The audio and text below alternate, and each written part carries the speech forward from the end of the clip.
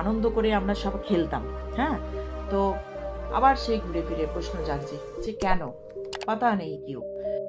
বাবা মাদের বয়স হয়ে গেলে তাদের বৃদ্ধাশ্রমে গিয়ে থাকতে হতো, এরকম কিন্তু কখনো হয়নি।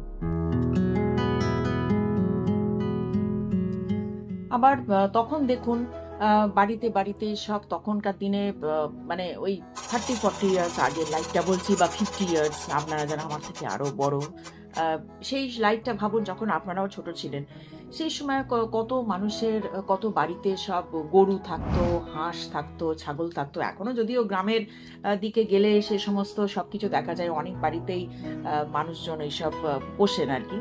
তো তখনকার দিনে দেখুন এই সমস্ত অ্যানিমালদের সবাই খাওয়াতো ভালোভাবে, এবং তার সত্ত্বেও বাড়িতে এত ফ্যামিলি মেম্বার্স থাকতো, এবং তার সত্ত্বেও কিন্তু এত খরচা করেও কিন্তু সবকিছু একটা বাজেটের মধ্যে থাকতো।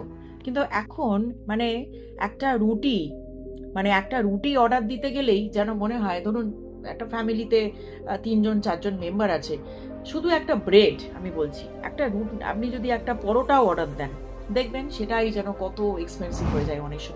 অনেক সময় সেটা বাজেটের বাইরে চলে যাচ্ছে। অনেকে সেই রুটি এখন কিনে খেতে পারে না, জানি না কেন। আচ্ছা, তখন দেখুন যারা উইমেন ছিল সেই সময়, তাদের জন্য কিন্তু এই এত সমস্ত এই যে ফ্যাসিলিটিগুলো, বাড়ির পাশে জিম চলে গেলাম, সময় পাচ্ছি না বাড়িতে এক্সারসাইজ করা, তো জিমে চলে গেলাম, কি কোনো সুইমিং পুলে চলে গেলাম। কিন্তু তখন উইমেন তারা সব বাড়ি ঘর দোর ঝাঁট দিত, ঘর মুছতো, কিন্তু কত হেলদি ছিল, এবং কত তাদের বডি কত ফিট ছিল, জানি না কেন।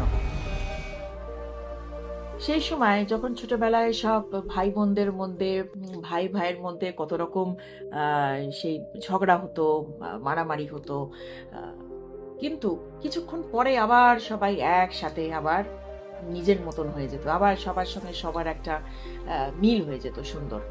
কিন্তু এখন ভাই বোনের মধ্যে সেরকম কোনো কথা নেই। ভাই ভাইয়ের মধ্যে যখন কোনো ঝগড়া হয়, কোনো কথা থাকে না, কত রকম ইগো প্রবলেম হয়ে যাচ্ছে, ভাই ভাইয়ের মধ্যে লড়াই মারামারি, খুনোখুনি পর্যন্ত হয়ে যাচ্ছে। কিন্তু তখন এই ভাই বোন যখন কথা বলতো না, বা ভাই ভাই বা বোন বোন মানে সিবলিংস যখন কোনো প্রবলেম হতো, এই খানিকক্ষণ হয়তো একটু কথা বললাম না, একটু আড়ি হয়ে গেল, আবার 1 ঘন্টা পর যে যার মতন সব একসাথে এসে আবার দেখা যাচ্ছে সব একসাথে এসে খাওয়া দাওয়া করছে, জানি না কেন। আবার তখন দেখুন, তখন বাড়িতে কত মানে আমি বলছি যে ধরুন জয়েন্ট ফ্যামিলির কথা বলছি, তখনকার দিনে বাড়িতে সবাই থাকা সত্ত্বেও বাড়িতে ধরুন এই পাড়া প্রতিবেশীর একটা ব্যাপার থাকতো, পাড়া যেটাকে বলে, পাড়া প্রতিবেশীরা এসে গল্প করতো, তাদেরও যারা মানে বাচ্চারা থাকতো সব বাড়িতে এসে খেলা করতো। কিন্তু এই যে কারুর যখন তখন বিয়ে হতো, সে বিয়েটাও সব নিজের বাড়িতেই কোনো রকমে সবাইকে নিয়ে একটা মানে বিয়ে বাড়ি অনুষ্ঠান হয়ে যেত।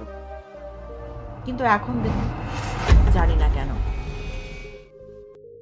তখন বাবা মা যখন বকতো, মানে একটু কিছু এদিক থেকে ওদিক হলেই হয়তো মা একটা পিঠে একটা ঘুম করে মেরে দিল, কি গালে একটা থাপ্পড় মেরে দিল, কেন তুই এটা করলি, কেন এটা করলি না।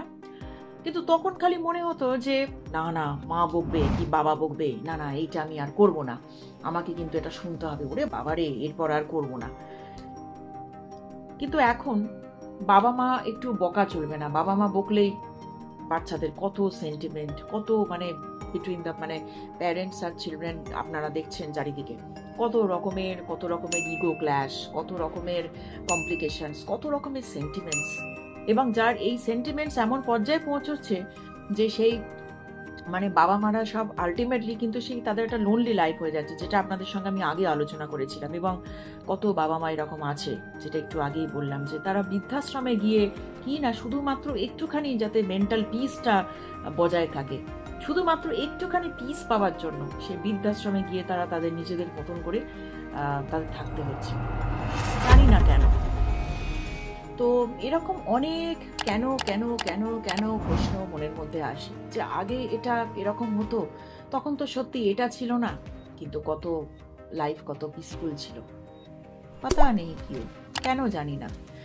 তো এরকম কেন কেন দেখবেন, আপনারাও নিজেদের মধ্যে প্রশ্ন করুন এবং আপনাদেরও ছোটবেলার কথা আপনারা ভাবুন যে তখন আপনারা কিরকম আপনাদের লাইফ ছিল, এখন আপনারা কি দেখছেন, আপনাদের নিজেদের বাড়িতে কি দেখছেন, আপনাদের চারপাশে কি দেখছেন, আপনারা নিজেরা ভাবুন। সেই কেন কেন কেন কেন প্রশ্ন হচ্ছে, আপনারাও একটু ভাবুন যে কেন এগুলো হচ্ছে। তাহলে ঘুরে ফিরে সেই কোথাও না কোথাও মনে হচ্ছে না যে আগেকারের লাইফটাই অনেক বেটার ছিল? বলুন, আগেকারের লাইফ মানে ছোটবেলার লাইফ। আমাদের বয়সের যারা আছেন আপনারা, আমাদের ছোটবেলা, এবং আমার থেকে আপনারা যারা বড়, আপনাদের ছোটবেলা। আমি এখনকারের চিলড্রেন যারা আছে তাদের কথা বলছি না। আমাদের সময় ধরুন এই 80s, 1980s এবং তার আগের ছোটবেলার কথা, আপনারা যারা যারা আমার থেকে বড়, তো সেই ছোটবেলার গল্প শুনতে এবং ছোটবেলার গল্প বলতে ভীষণ ভালো লাগে, তাই না বলুন? এখন আমি যদি আপনাদের জিজ্ঞেস করি যে আপনারা কারা কারা আপনাদের ছোটবেলার গল্প শেয়ার করতে চান, আপনারা অনেকেই আছেন যারা বলবেন আমি বলতে চাই। আর ওটা কিন্তু ভীষণ ইন্টারেস্টিং, তাই না বলুন? ছোটবেলার গল্প যদি কোথাও হয়, একটা বেশ বন্ধুদের মধ্যে দল বেঁধে সব বসে ছোটবেলার গল্প নিয়ে আড্ডা হচ্ছে, ধরুন স্কুল লাইফের কোনো বন্ধুর সঙ্গে অনেক অনেক বছর পর দেখা হয়ে গেল, তখন কি মনে পড়ে? সেই ছোটবেলার গল্প। এই বলবে আরে তোর এটা মনে আছে, আর আরেকজন বলবে হ্যাঁ তোর এটা মনে আছে। তো এই নিয়ে সেই গল্পের শেষ নেই। তো আমারও তাই ঠিক সেরকমই, ছোটবেলার গল্প শুরু হলে যেন মানে শেষ হতে চায় না। আর আপনাদের কাছে তো আমি কিছু কিছু গল্প তো বলেইছি আগে, কিন্তু আরো অনেক অনেক গল্প বাকি আছে। কত রকমের মেমোরিজ আছে ছোটবেলার, যে গল্প শুরু হলে আর শেষ হতে চায় না। তো ছোটবেলার গল্প তো শুরু করব। তো তার আগে চলুন আজকে একজনের ভিডিও আপনাদের সঙ্গে শেয়ার করব, সেটাও সেই ছোটবেলা রিলেটেড কিছু কথা তার মধ্যে আছে।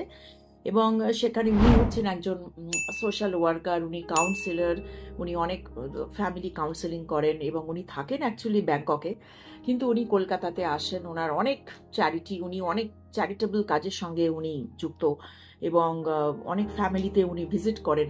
তো ওনার কাছ থেকে আজকে কিছু এক্সপিরিয়েন্স আমরা শুনবো, যেটা উনি আমাদের সঙ্গে শেয়ার করেছেন। তো ওনার নাম হচ্ছে মিসেস কৃষ্ণা রয়।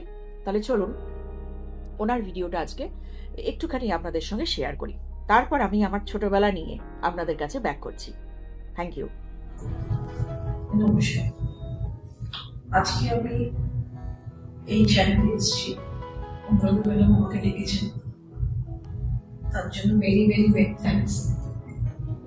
দীর্ঘ 4 বছর পরে ওর সঙ্গে দেখা, এখানে আসতে পেরে আমার তো খুব ভালো লাগছে। Thank you so much. আমি যে কাজকর্ম করি বা আমার যে কাজের প্রসিডিউর, সেটা সম্পর্কে আমার ভীষণ জানার কৌতুক আপনার কাছ থেকে। আমি যদি বলতে পারি, আমি মনে হয় আমার থেকে হেল্পি করবে। নমস্কার, থ্যাংক ইউ। এই যে ম্যাডাম আপনি যেটা বললেন যে বয়স্ক মানুষদের জন্য আপনি অনেক কিছু ভাবছেন, তো এই বয়স্ক মানুষ অর্থাৎ যে এজেড মানুষ যারা আছেন, তাদের জন্য আপনি কি ধরনের অ্যাক্টিভিটি করছেন